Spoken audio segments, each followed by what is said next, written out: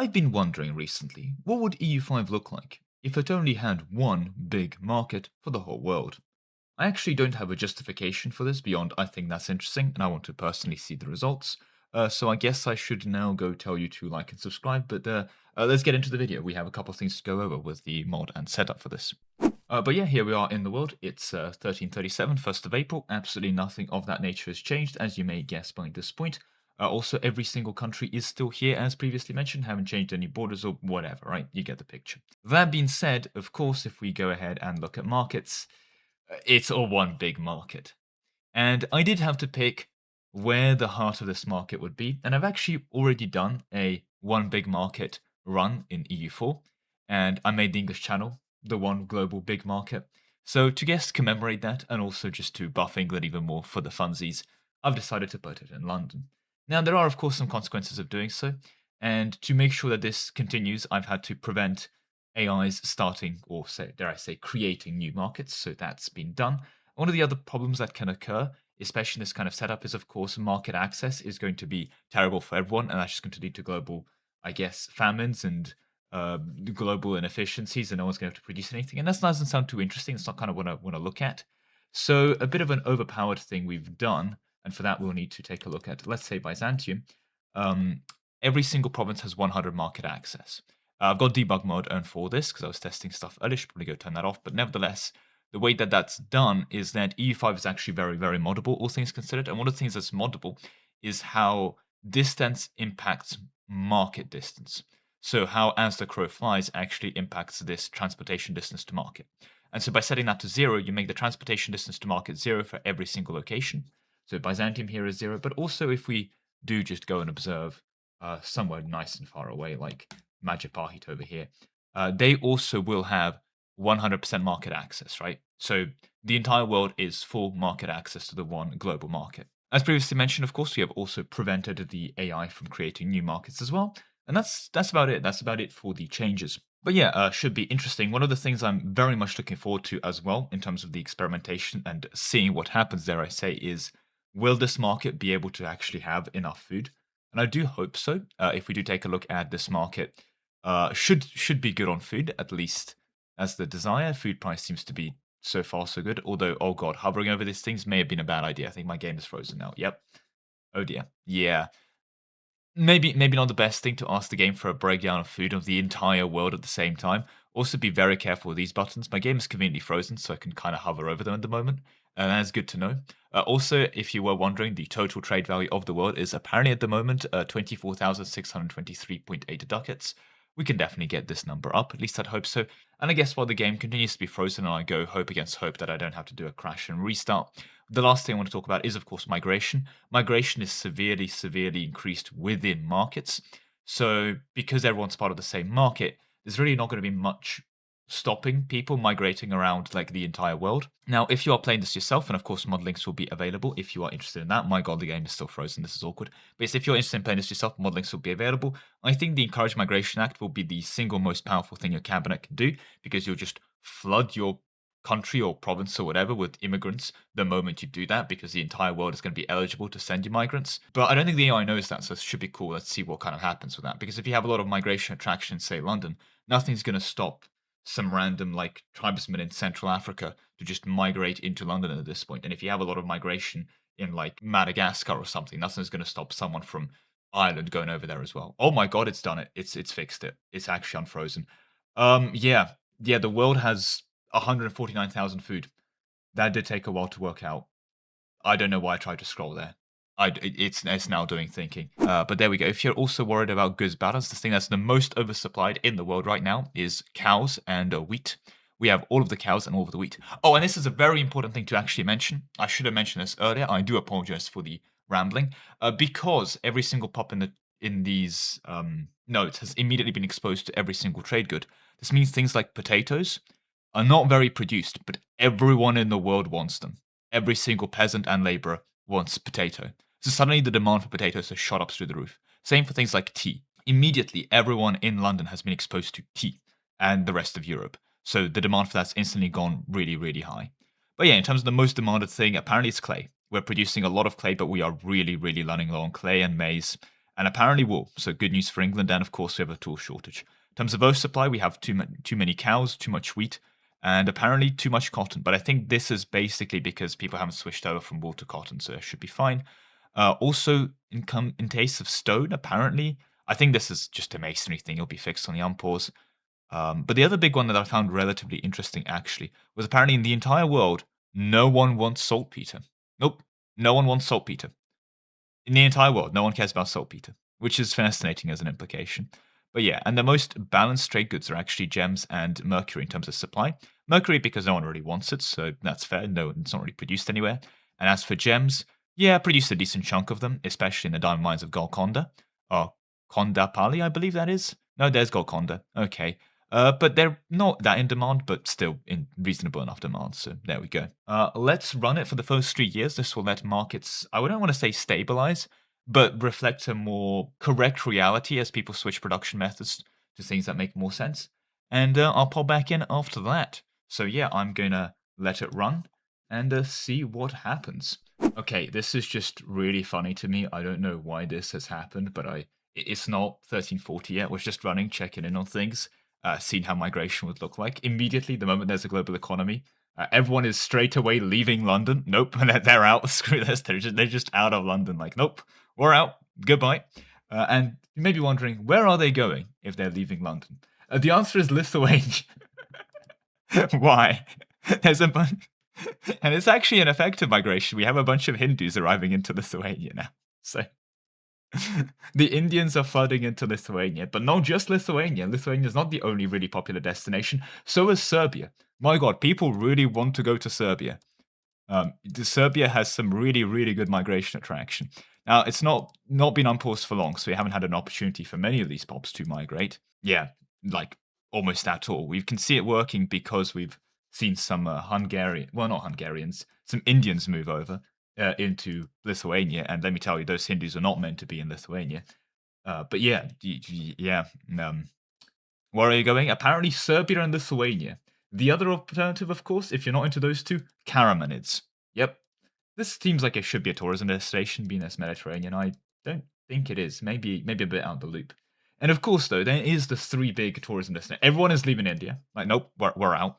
We're just out of here. Yep, leaving India completely. And China, people are immediately just fleeing China, fleeing Central Africa, fleeing India, coming over to Serbia and Lithuania. But not just that.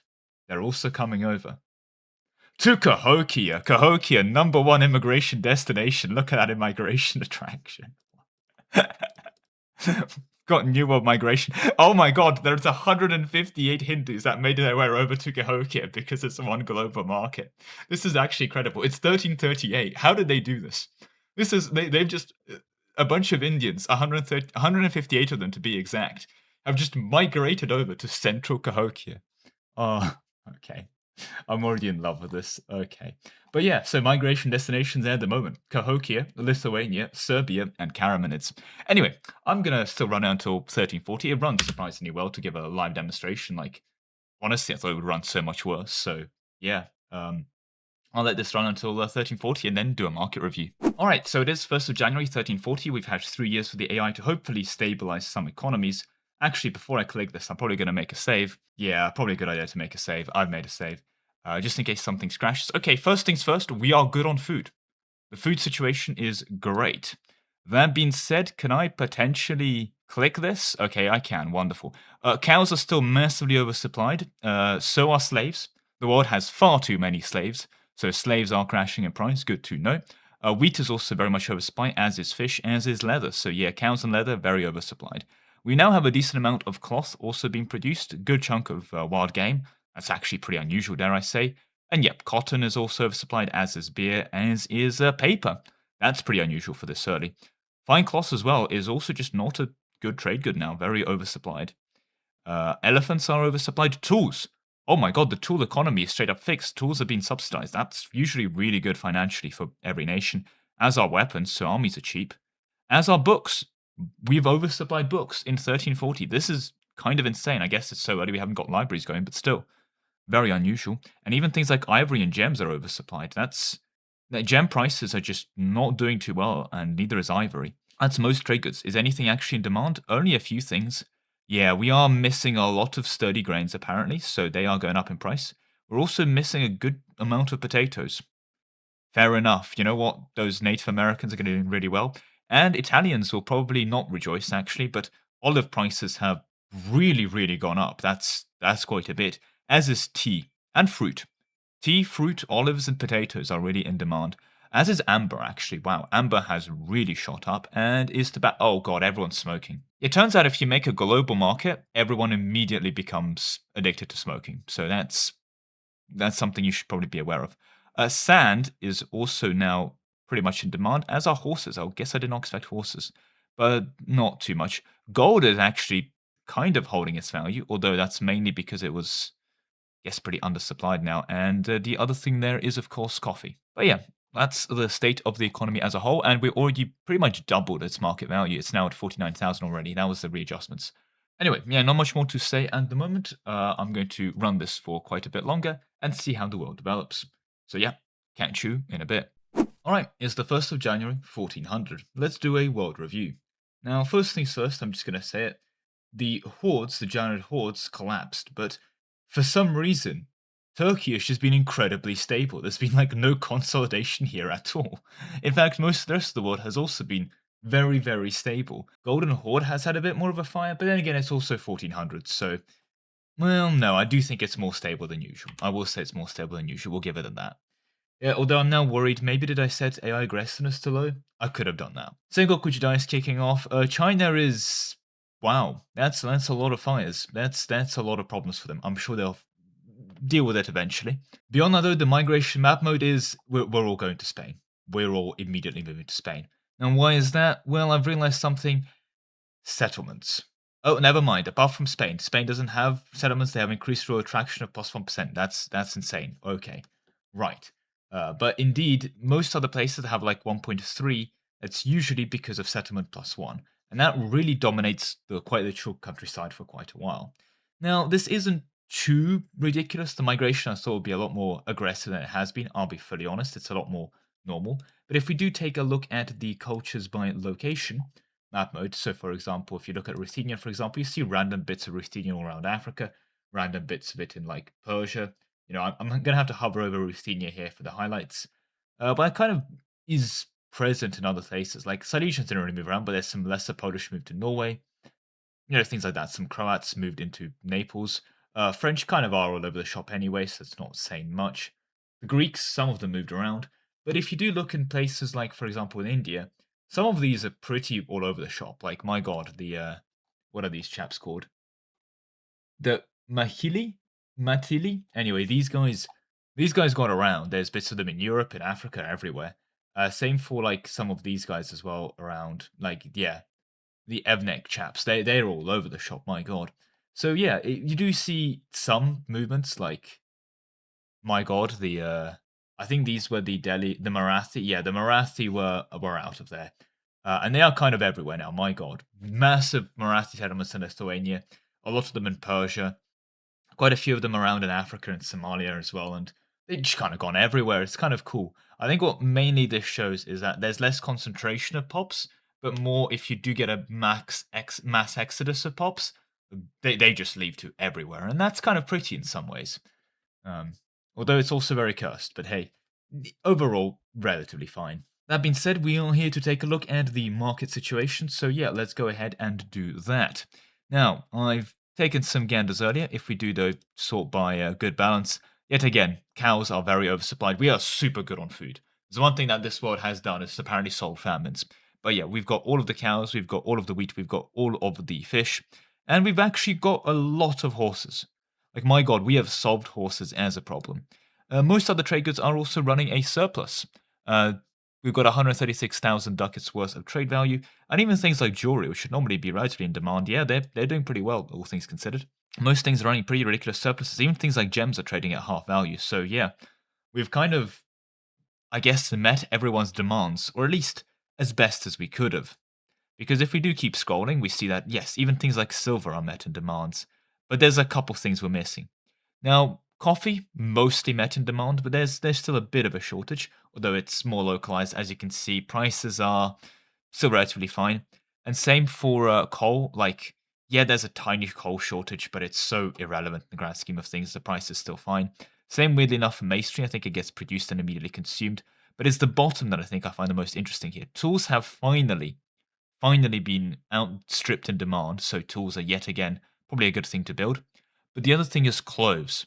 You still just don't produce enough cloves even in a globalized economy, so clove prices have been pretty steadily high.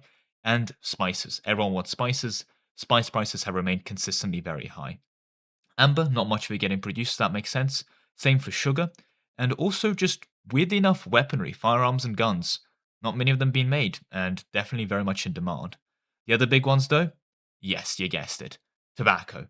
Incredibly in demand. Turns out you get the whole world smoking tobacco before it can really be grown. The demand for tobacco explodes. So, yeah, that's happening. Also, iron, kind of trading at a flat rate now, but I think finally starting to get in demand. I think as nations are industrializing, getting more and more demands for iron, just not much of it is getting mined at the moment. Potato production has also not really increased, frankly, but demand of it stayed pretty stable at around 650. So yeah, prices of potatoes have skyrocketed. Regarding chocolate as well, yeah, that's also going through the roof at the moment. And the big one, the huge one, the most in-demand trade good in the world. Turns out if you have your trade capital in London, my God, you produce almost 1,000 tea. Tea production has skyrocketed from like a couple hundred to almost 1,000. But the demand for tea is obscene. It is absolutely ludicrous. Everyone wants tea, and the price of tea has been sitting at pretty much the max the whole time. It's kind of insane. Very stable price of tea at the cap. So yeah, if you make a globalized economy in London, everyone wants tea. I guess that's because everyone is also speaking the market language of English, which is kind of another real life analogy, but there we go. So let's keep it running and see what happens. I'm going back on the 1st of January 1500, and I actually went back and I double checked the AI aggressiveness settings. Nope, they are set to normal. Europe is just insanely stable. Up until the 1st of January, the borders have barely changed. The rest of the world, much less so. Like, even on the borders of Europe, we've got people popping out of Lithuania. Kiev doing. What is this? Why is Crimea migrating up here? I don't even know what's going on in this situation. Perm is going absolutely ham. Novgorod's even done some stuff, but now they've done some stuff earlier. Unfortunately, now fought back in. They've lost land back to Sweden, and I think Muscovy's forced them to go up stuff. So complete mess over here, but things are happening. A bit more stable, just in this more unstable state. But even India's had a bit more conflicts. Bahmanis has grown. Bari Doab is a bit more stable, as is Orissa, but there's been more changes in the south, I do believe, here, and things like that. It's a bit of a weird world, dare I say. There was more consolidation in Africa. That's fascinating, because I went checked back and there was a massive empire over here, but it's now collapsed. Alright, well that's I guess that. But hey, the Jews doing things, Ajuran, Ifat, and the Ethiopians are doing things, so that's neat. I guess another fact that we just have to mention, because I've only realized it, well, very recently, we have to talk about institution spread, because it is based on having the institution in your market, and the institution spread's looking a lot better. Even in the New World, despite the fact there's been no colonization yet again, the institutions have been getting to the New World because they're all part of the same London market. So it's been very good for the spread of knowledge, dare I say. If we do go back to cultural locations, the English have gotten rid of the Welsh, so that's a development, I guess, but honestly, not much other changes beyond that. And yes, things like these guys are still spread all the way around the world, but the reality of the situation is, even when people do migrate around, they get culture converted pretty quickly. So Telugu, for example, was much more spread out, but now they're just being culture converted. Same for all of the other cultures. You do see these impacts of these mass migrations, like on these guys still. They're all over the shop, as you can tell, but yeah, they've just been culture converted more than anything. So there we go. The game is very melting pot, dare I say, melting pot into the primary culture. There's a lot of migration. They just get instantly culture converted into the local area. So very quick assimilation.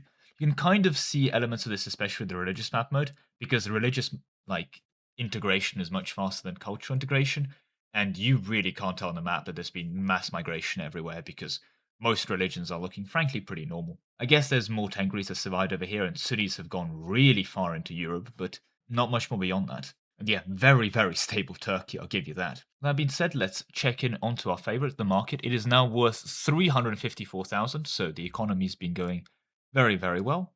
If we do sort by, oh boy, getting harder to scroll. If we do now sort by, oh wow, that's goods balance. Okay, cows are finally falling off.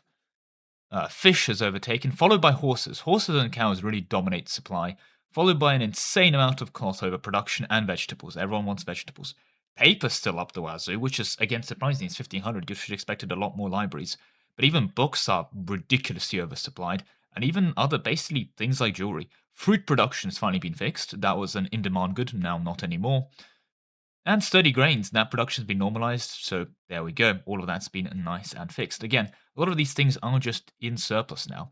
That being said, I do wonder where tools are sitting at. And, oh, slaves are actually oversupplied yet again. I think they have been for a while, to be fair, but just slave, both supply and demand has decreased, and I guess colonization not happening. No one's bothered to colonize. Has been an impact on that. Yeah, gold is oversupplied. Where are tools? I believe probably in the negatives then. Oh, wow, yeah, okay. Tools are really, really significantly more in production, but their demand has just skyrocketed. So, yeah, that's bad. And so is iron. Iron and tools are now very much in demand. Tea. Tea remains in ridiculous levels of demand. Tea production has gone up from 1,000 to 1,200, and yet the tea demand just keeps going up and up and up. Tea demand has been ludicrous this whole time, and that's with quite a stable price. I think once these min prices and max prices change yet again in the next ages, this is going to be even worse for the pricing, and probably not going to see an impact from that. Lumber.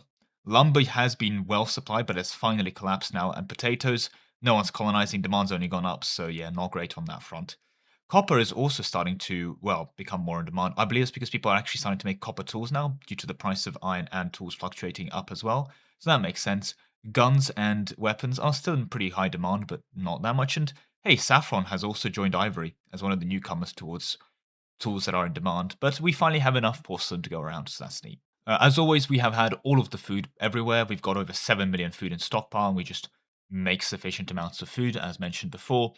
And yeah, a third of a million in trade value for the entire world in 1500s. Looking pretty good. Although, oh dear, I just tried to scroll. Right, I'll be back in a couple seconds. Or I guess not, to be honest. I'll just wait this one out, and I'll catch you in the 1600s. Let's see if colonization and Columbian exchange and other things like that finally kick off. Because the only thing that's currently still ongoing is Sengoku Jidai and the 100 Years' War. Although that seems to have lasted over 100 years at this point. I'll give them that. Alright, it's the 1st of January 1600, and I'll be honest, I've had to do some investigation, some testing, to see what was quite going on with this world. And I've come to quite a fascinating conclusion. Globalization, in essence, shoving everyone into one trade node, more specifically London in this case, kind of set Europe back for 100 years. And I'm not even kidding. This is best seen in cases of the, well, UK graph. It has been scaling so much slower than it usually has. And the reality of the situation is, for the first 100 years, the economic development of basically every single nation in Europe was so significantly hindered by this massive global market. Now, the allies eventually did recover, but this is why we saw so few conquests and why we saw such late colonization. Like, we now have colonization, we now have the viceroyalty of whatever these guys are, the colonial nation under Portugal. We now have Aragon colonizing over. We actually have our colonization happening. Also, Granada's going for it. But the reason that this took so long and why Europe was frozen for the first 100 years is that, in essence, the moment this kind of globalized market economy happened, I didn't realize this, but Europe was just screwed over. And I checked the other countries. This is why you saw decent enough, well, growth in places like the Mali Empire. Cabinda became a subject of Castile, but they did some conquests and stuff like that. Moya Ogowe was one of the big empires that collapsed. God, I apologize for that name. Same for Ajuran. And even things like India. Yeah, India had their own collapses, but financially, they actually end up doing fine, all things considered. Basically, in a global market, Europe got screwed over entirely for 100 years. They did eventually recover, but this is why they're almost playing 100 years back compared to everyone else now. So it's an interesting world in that regard. And we also have to, of course, mention that the buffs institution spread have really benefited everyone outside of Europe, even more so.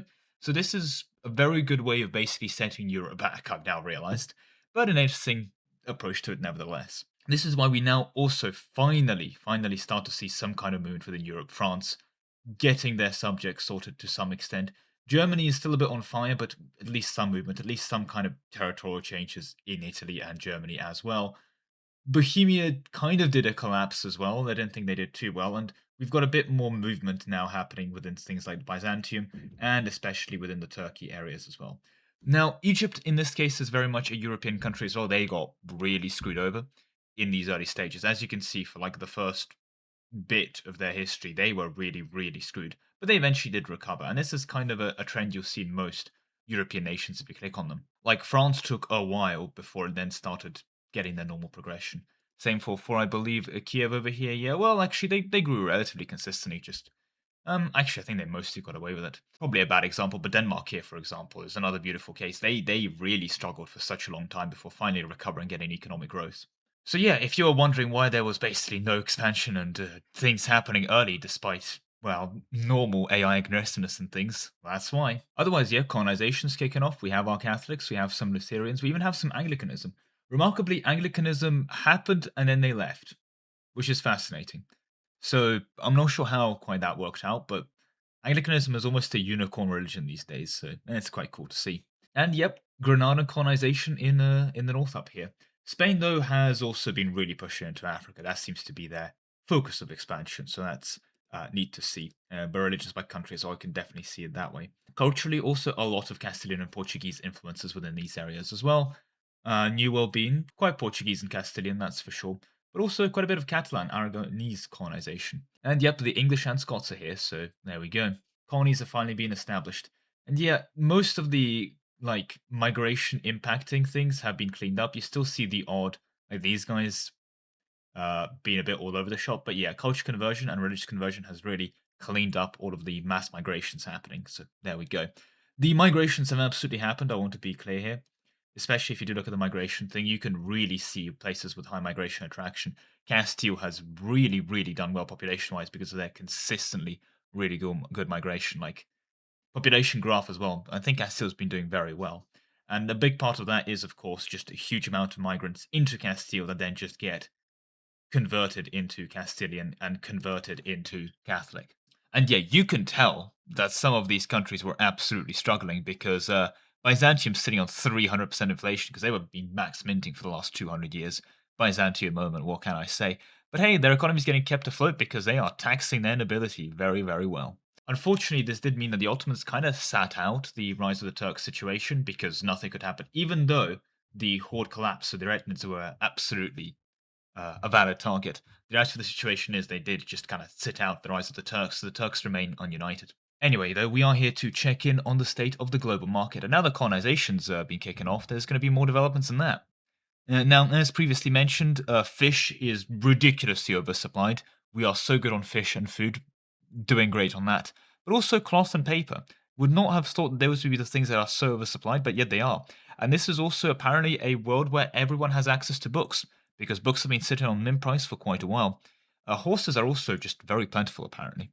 Most other things remained relatively consistent. I think masonry's now picked up. There was a bit of a lack in supply, but it's so much supply of it and so much demand. It's, yeah, both of these are getting resolved.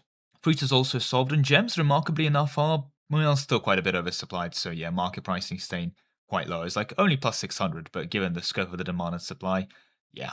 Slavery demand staying pretty low despite colonization, so that's fascinating. I think the part of the impact of a global food surplus is just more population to go around, so there's much less demand for slaves in general. But to be honest, in vanilla, there isn't that much demand for slaves in the first place as well, unless you as the player go and create that demand. And yeah, most things are getting supplied, even weapons and porcelain, and, well, now sturdy grains are falling off a bit, but certainly still getting supplied. A bit of a lumber shortage, but given the insane levels of production and consumption of lumber, I think that's fine. Copper also, there's a bit of a shortage, but given, again, the massive scope of production and consumption, it's not that big of a swing. Amber remains in ridiculous demand, which is fascinating because most other jewelry certainly is not.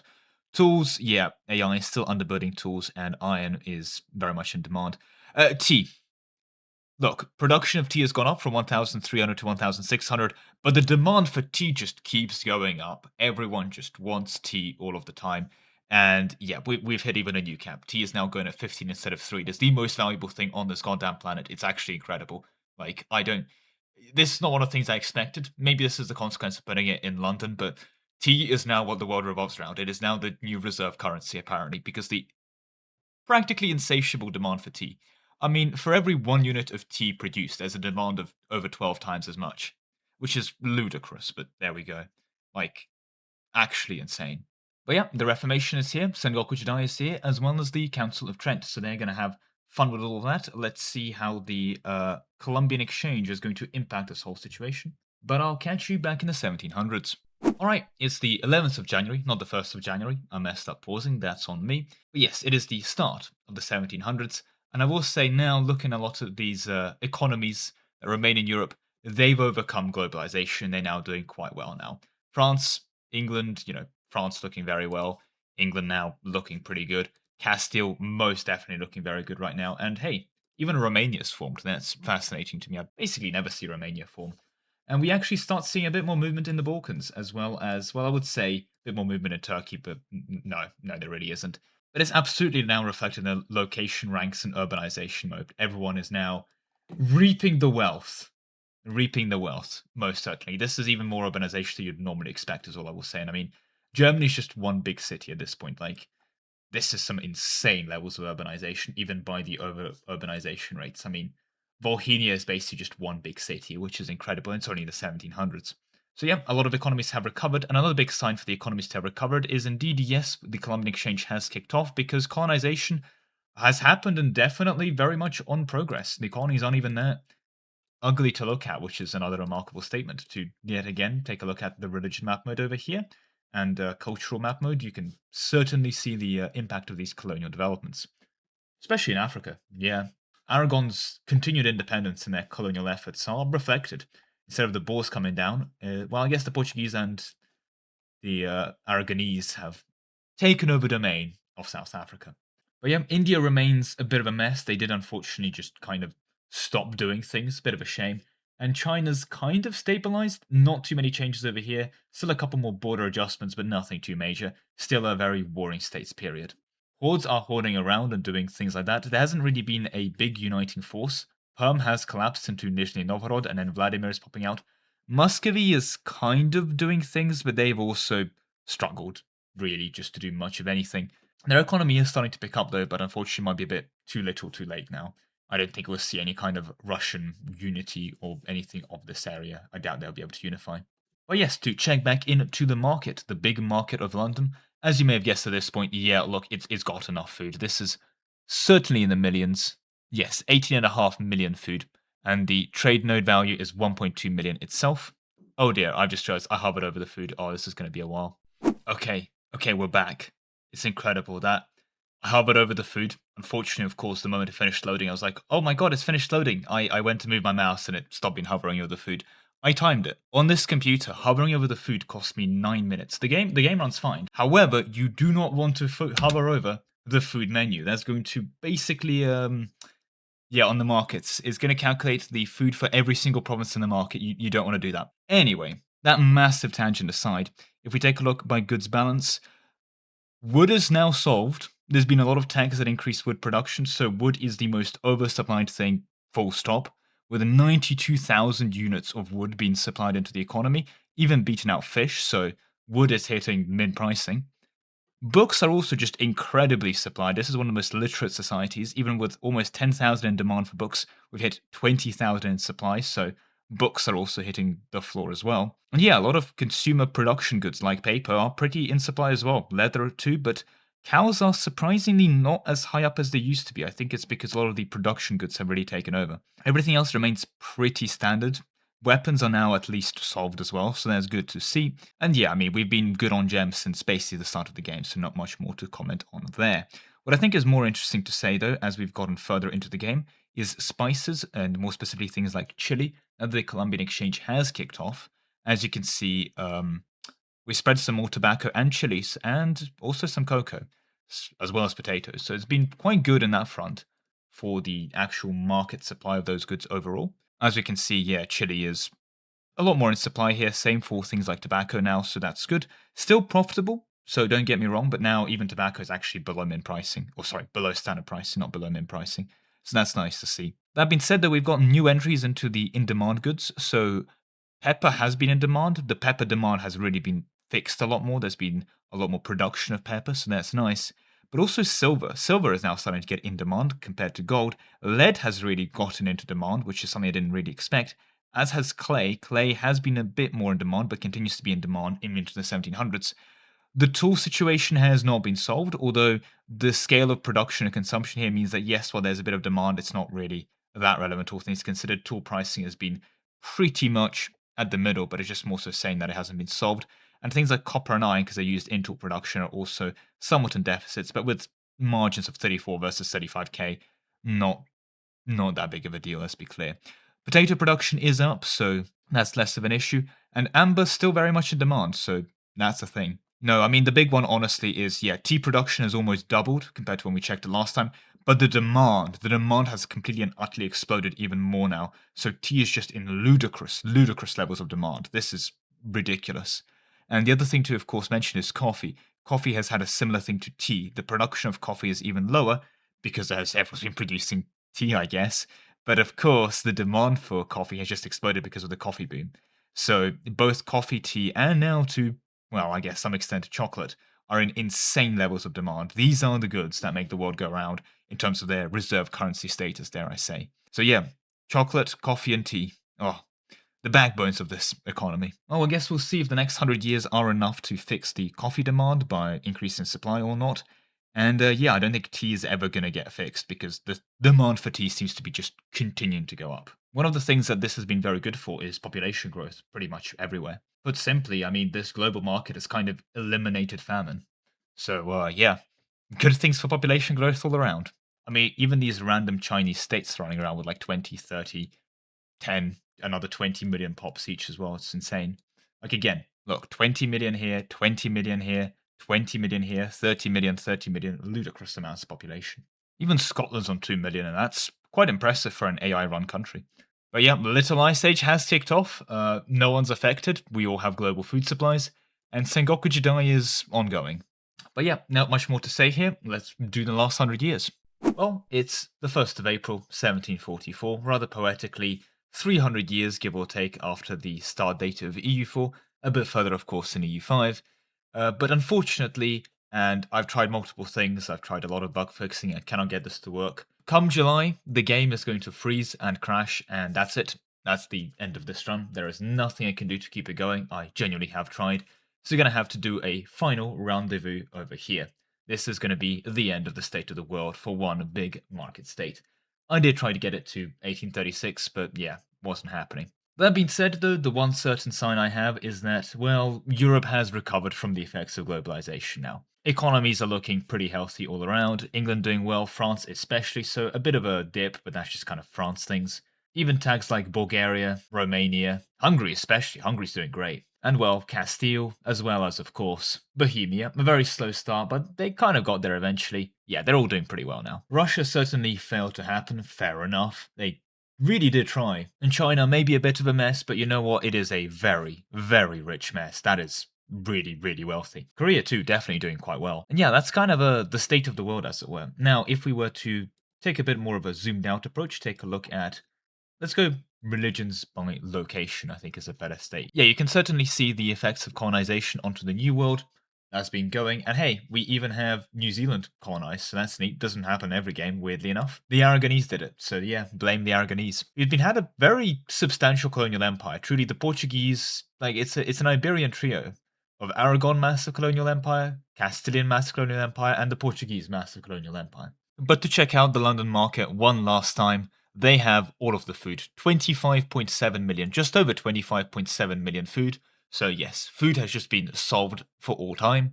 And 1.65 million in market value, a ludicrous amount, but yep, that is the entire world united in that front. Yeah, a very, very rich market.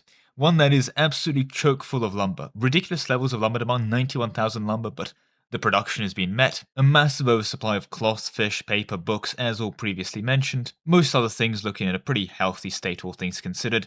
And of course, the reserve currencies of our economy. The chocolate, the coffee, and the tea. The three luxury trade goods that could never be defeated. Also, the tea demand, well, it does also, if we take a look at the tea demand sources, tea time needs, it gives you sugar demand as well. So yeah, sugar has also been popping off as well. Beyond that though, yeah, everything else the world has been able to, for the most part, provide. I guess we are still running a bit low on potatoes and amber and things like that, but truly, the one thing that couldn't be fixed and evened out in this economy, sugar, coffee, and, well, tea. Now, I will confess, of course, there was a lot of issues for the AI handling this, especially for the European AIs. They could not deal with the global market for the first 100 to 150 years. After that, though, they recovered remarkably well, so hats off for the AI frankly being able to deal with it. And overall, yeah, the market has been, all things considered, considering the entire world is in it, pretty stable. So yeah, I honestly thought there'll be much more fluctuations, but if you check prices, I guess Amber as well. But if you check most prices, all things considered, pretty stable. I mean, they're not showing too much on this graph, don't get me wrong, right? It's only for the last 10 years. But if anything that was buildable got out of hand or something that was solvable, like horses, for example, there was a big shortage of horses that did just get fixed. And the massive oversupply of certain trade goods like leather got fixed as well. I don't think cows are they even top 10 nowadays?